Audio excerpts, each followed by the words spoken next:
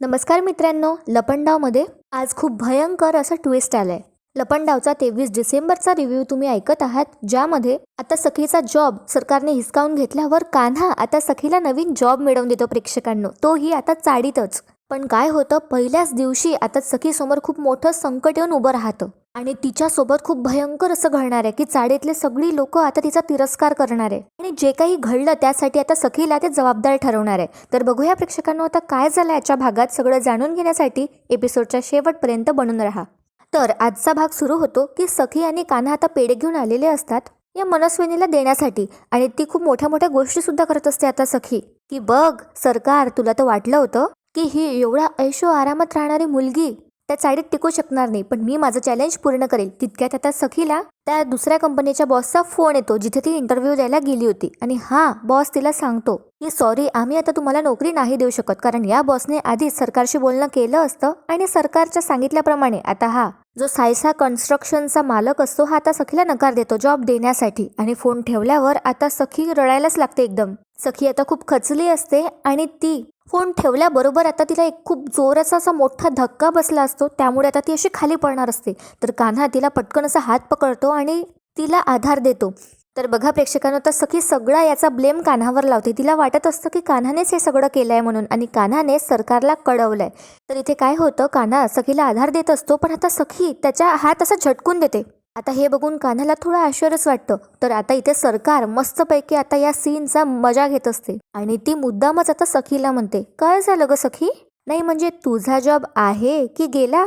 तर बघा प्रेक्षकांना, आता सखीला समजतं की हे सगळं आता मनस्विनीनेच केलंय आणि सखी आता म्हणते सरकारला की ओ, हे सगळं तुम्ही केलंय. तर आता पुढे सखी म्हणते की पण तुम्हाला कसं कळलंय की मी जॉबला इंटरव्ह्यू द्यायला गेली होती? तर आता सखीच्या लक्षात येतं आणि सखीला वाटत असतं की कान्हानेच हे सगळं केलंय म्हणून आणि कान्हानेच सरकारला इन्फॉर्म केलंय.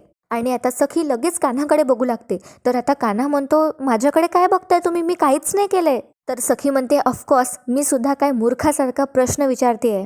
तुमचा हा गुलाम आणि माझा सो कॉल्ड नवरा यानेच सांगितलं असेल ना तुम्हाला? आणि आता सखी कान्हाकडे बघते आणि त्याला जाब विचारते आणि म्हणते, काय तूच सांगितलं ना सगळं, बोल पटकन. तर आता कान्हा म्हणतो, नाही सखी मॅडम, असं बिलकुल नाही आहे. पण आता सखी काही कानावर विश्वास ठेवत नाही आणि सखी उलट आता कान्हाला गप्प बसवते आणि म्हणते, शट अप, एक शब्दही बोलू नकोस. तर बघा प्रेक्षकांनो, आता ही जी मीनाक्षी असते ही इथे आता चान्स बघते आणि मुद्दामच आता म्हणते, अरे देवा, बिचारी सखी, म्हणजे नोकरी मिळाली असते तिला तर त्या चाळीत ती टिकून राहिली असते ना, पण बिचारी आता कशी राहणार?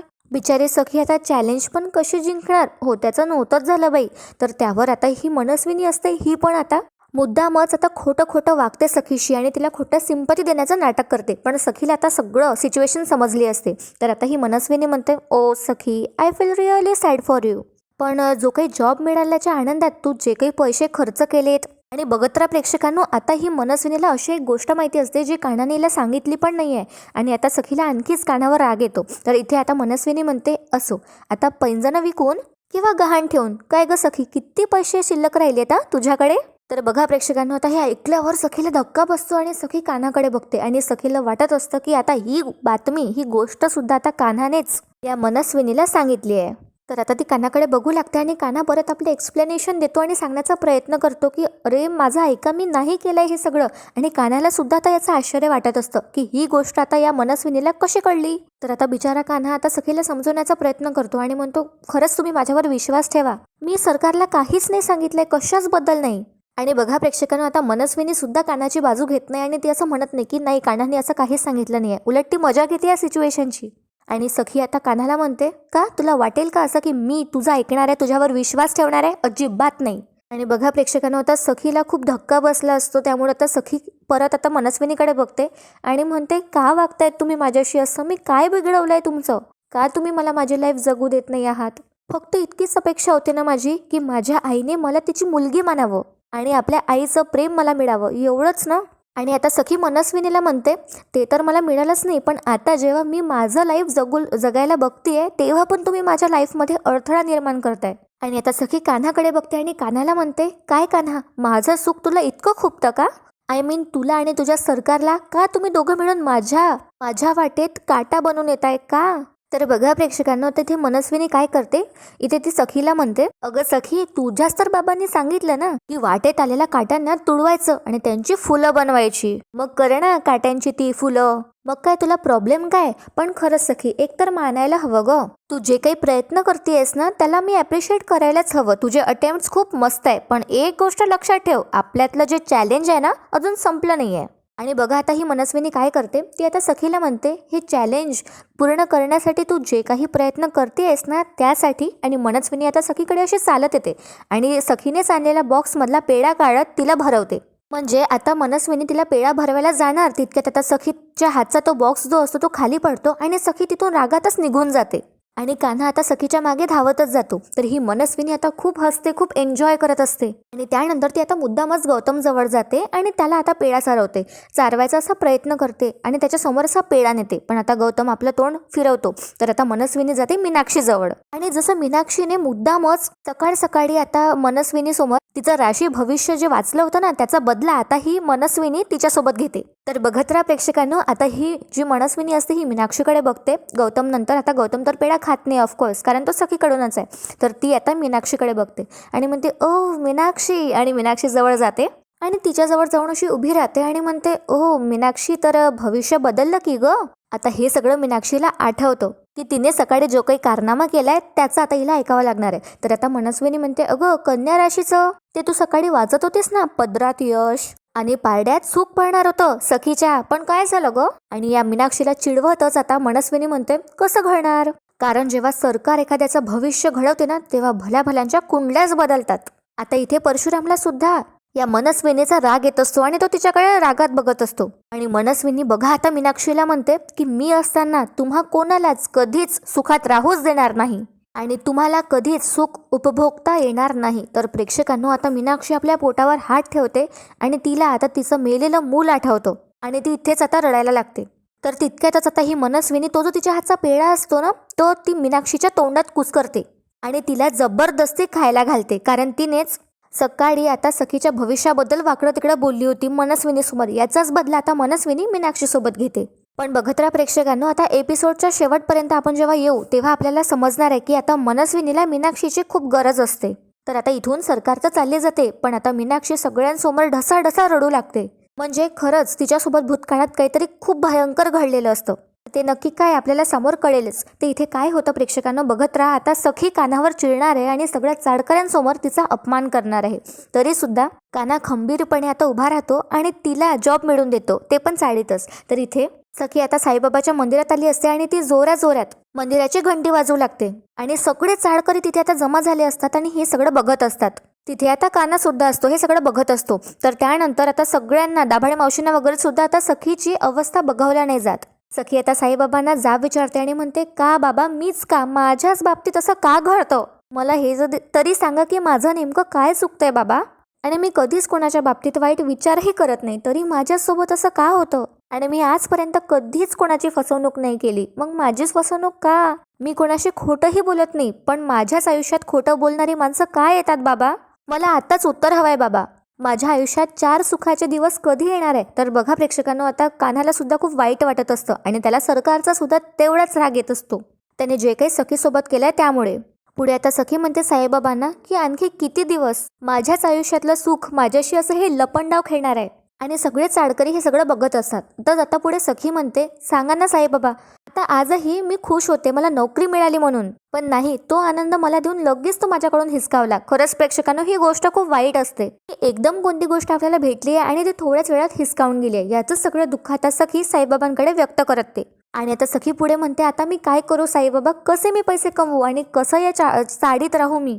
तर बघा आता कान्हा मागून म्हणतो आता सखीला, सखी मॅडम अशा हारू नका, मी आहे ना. तर झालं, आता सखी कान्हासमोर येते आणि सगळा राग त्याच्यावर काढते आणि ती कान्हाला म्हणते, you stay away from me, you stay away from my life. तू निघून जा, लांब निघून जा तू माझ्या आयुष्यातून, मला नकोयस तू, कारण खूप मोठा अडथळा आहेस तू माझ्या आयुष्यातला. आणि बघा प्रेक्षकांना, आता जी काही ही सखी बोलते इंग्लिशमध्ये मोठी मोठी वाक्य, इथूनच आता कान्हाला सुचतं की सखीला आता चाडीत लहान मुलांना शिकवण्यासाठी इंग्लिश टीचर म्हणून नोकरी द्यायची. तर आता सखी आता कान्हाला बोलतच जाते. ती कान्हाला म्हणते, you are a big big bad luck for me. माझं आयुष्य स्पॉइल झालंय, कम्प्लिटली स्पॉइल. तू माझं आयुष्य आहे ना उद्ध्वस्त केलाय कान्हा. आणि सखी आता फाड फाड इंग्लिश बोलू लागते.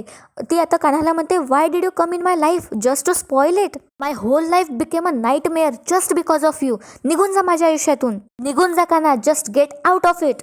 तर बघा प्रेक्षकांनो, इतक्या सिरियस सिच्युएशनमध्ये सुद्धा आता कान्हा काय करतो, कान्हा आता त्याच्या तोंडावर हातच ठेवतो आणि सगळे आता सखी आणि कान्हाकडे बघत असतात. आणि कान्हा आता सखीला म्हणतो, बाप रे, काय कमाल इंग्लिश बोललात तुम्ही. आणि कान्हा आता सगळ्या चाळकऱ्यांना विचारतो, खरंच ना बोलल्या ना ह्या? तर सगळे आता म्हणतात, हो रे भारी. आणि आता जानू पण इथे आता कान्हाला साथ देते आणि ती म्हणते, हो भारी ऍक्सेंट बघितली. अगं तुला सखी सांगू का, म्हणजे शाळेतल्या इंग्लिशच्या टीचर आहे ना, त्यांच्यापेक्षा पण तुझी ऍक्सेंट भारी आहे. असं वाटतंय ना इंग्लिश वेब सिरीजच बघतो की काय. आता कान्हा सुद्धा म्हणतो, हा बरोबर. आता सानप काका सुद्धा म्हणतात कान्हाला की, कान्हा मला तर कळलंच नाही काय बोलली म्हणून सखी. सगळं असं डोक्यावरून गेलं. आणि बघा तर प्रेक्षकांना, आता सानप काका म्हणतात की आपली जी चाळीतली पोरं आहे ना, त्यांना इंग्रजीत मराठीतला भोपळा म्हणजे शून्य मिळतो. आणि सखी ते जर का तुझ्यासारखे बोलायला लागले, मग हे चाळीतले मुलं फाडफाड इंग्लिश बोलायला लागतील आणि मग ते काही कोणाचं ऐकणार नाही. आणि मग फक्त वॉक इंग्लिश आणि टॉक इंग्लिश. आणि पुढे आता कान्हा सुद्धा म्हणतो, हा कारण English is very beautiful language. तर कान्हा असं थांबतच म्हणतो, कारण त्याला असं सखीला दाखवायचं असतं की त्याला पण इंग्लिश फारसं येत नाही. तर त्यानंतर आता सगळ्यांसमोरच आता कान्हा म्हणतो सखीला, काय सखी मॅडम, माझं इंग्लिश तर मस्त आहे ना, पण तुम्हाला सांगू का, आपल्या चाळीतल्या मुलांना फारसं इंग्लिश काही जमत नाही.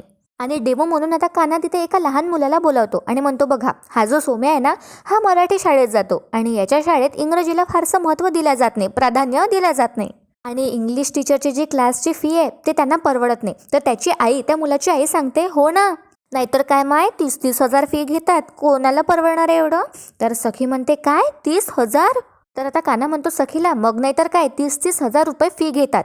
आणि कान्हा आता सगळ्या चाळकऱ्यांकडे बघतो आणि त्यांना म्हणतो, पण तुमच्या सगळ्यांना मी एक गोष्ट सांगतो, जर सखी मॅडमने तुमच्या मुलांना शिकवलं तर त्या एवढी फी नाही घेणार, त्या खरंच नाही घेणार. आता सखीला काही समजतच नसतं की कान्हाला काय म्हणायचंय. तर आता कान्हा म्हणतो, हे बघा, उलट त्या प्रत्येक म्हणजे मुलांकडे असं बारीक लक्ष सुद्धा देणार आणि जी काही यांची भाषा आहे इंग्रजी, ती अगदी सोपी करून सगळ्यांना शिकवणार. तर आता त्या मुलाची आई म्हणते, हो ना, आधी आमची लेकरं इंग्रजी शिकतील, मग ते आम्हालाही शिकवतील. तर कान्हा म्हणतो, हो ना, ते मुलगी शिकली प्रगती झाली असं म्हणतात ना, तसं होईल. तर त्यानंतर आता कान्हा सखीकडे बघतो आणि म्हणतो, तुम्ही सुद्धा आमच्या चाळीतल्या या मुलांची प्रगती कराल ना? तर दाभाडे मावशी खूप खुश होतात आणि जानू सुद्धा हे ऐकूनच. तर आता कान्हा म्हणतो सखीला, इतका विचार नका करू ना, हे बघा, चाळीतल्या लोकांना परवडतील एवढे आणि तुम्हाला भागेल इतके पैसे तर तुम्हाला मिळतीलच. सांगा मग, आवडेल का तुम्हाला हा जॉब करायला? जॉबच आहे ना हा, ते वर्क फ्रॉम होम म्हणतात ना, तसंच तुम्हाला चाळीत राहूनच सगळ्यांना शिकवायचंय, कराल ना जॉब? आणि आता सखीला काही सुचत नसतं तितक्यात आता साईबाबांच्या मंदिरातली घंटी आपोआप वाजते. तर कान्हा म्हणतो, बघा, तुम्ही साईबाबांना उत्तर मागत होतात ना, मिळालं मग उत्तर. बाबांनी तुम्हाला मार्ग दाखवला की नाही, सगळं आता कान्हा चाळकऱ्यांना विचारतो. सगळे चाळकरी सुद्धा म्हणतात की हो हो. आणि आता एक बाई म्हणते चाळीतली, काय मग सखी, शिकवशील ना तू आमच्या पोरांना? आणि दुसरी बाई सुद्धा म्हणते की हो, बाबांनी तुला मार्ग दिला, आता योग्य तो मार्ग निवड आणि चालत राहा. सगळे आता चाळीतले सखीला कन्व्हिन्स करतात. आता सखी सुद्धा नाही नाही म्हणू शकत, कारण लहान मुलं सुद्धा आता सखीला कन्व्हिन्स करू लागतात. त्यांना सुद्धा सखी आता टीचर म्हणून हवी असते आणि ते तर नाचूच लागतात. तर बघत राहा प्रेक्षकांनो, सखीच्या पहिल्या दिवशी अडथळा सुद्धा निर्माण होणार आहे आणि संकट येणार आहे की सगळे चाळकरी जे आता तिचं कौतुक करतायत ते तिचा तिरस्कार करणार आहे. तर बघूया पुढे काय होतं, व्हिडिओच्या शेवटपर्यंत बनून राहा, तर अजिबात स्किप करू नका. इथे आता काय होतं, आता कान्हाला सरकारचा विश्वास मिळवायचा असतो म्हणून त्याला आता सगळं इन्फॉर्म करायचं असतं. म्हणून आता कान्हा सरकारला फोन करतो आणि कळवतो की सखी आता ट्युशन घेणार आहे म्हणून सगळ्या शाळेतल्या लहान मुलांना ती इंग्लिश शिकवणार आहे. तर हे ऐकून आता ही मनस्विनी हसू लागते आणि म्हणते, स्टॉप कान्हा, काय रे, तुझा सेन्स ऑफ ह्युमर आधीपासूनच असा होता की कामत हाऊसमध्ये आल्यावर सुधारला? चांगला जोक केलास रे तू. तर कान्हा म्हणतो, अरे मी गंमत नाही करत आहे. आणि कान्हा फोनवरच सगळं आता ही मनस्विनीला सांगत असतो आणि तो म्हणतो, मी जोक नाही करत आहे, सखी मॅडम चाळीतल्या मुलांना इंग्लिश शिकवणार आहे आणि त्यातनं पैसे कमवणार आहेत. तर आता ही मनस्विनी आणखी जोराजोराने हसू लागते हे ऐकून आणि म्हणते, बाप रे. आणि स्वतःचा हास इथे आता हिला कंट्रोल सुद्धा नसतो होत मनस्विनीला. आणि त्यानंतर आता ही आवरत म्हणते, okay okay, so English teacher हो ना, आणि तेही त्या चाळीत. आता इंग्लिश ट्युशन घेऊन त्या चाळीतली मुलं काय एलिझाबेथ बनणार आहे का? आणि मुळात काय होणार, इंग्लिशची ट्युशन घेऊन ते चाळीतली घाणेरडी मुलं इंग्लिश बोलणं शिकणार आहेत का, असं आता ही मनस्विनी म्हणते कान्हाला.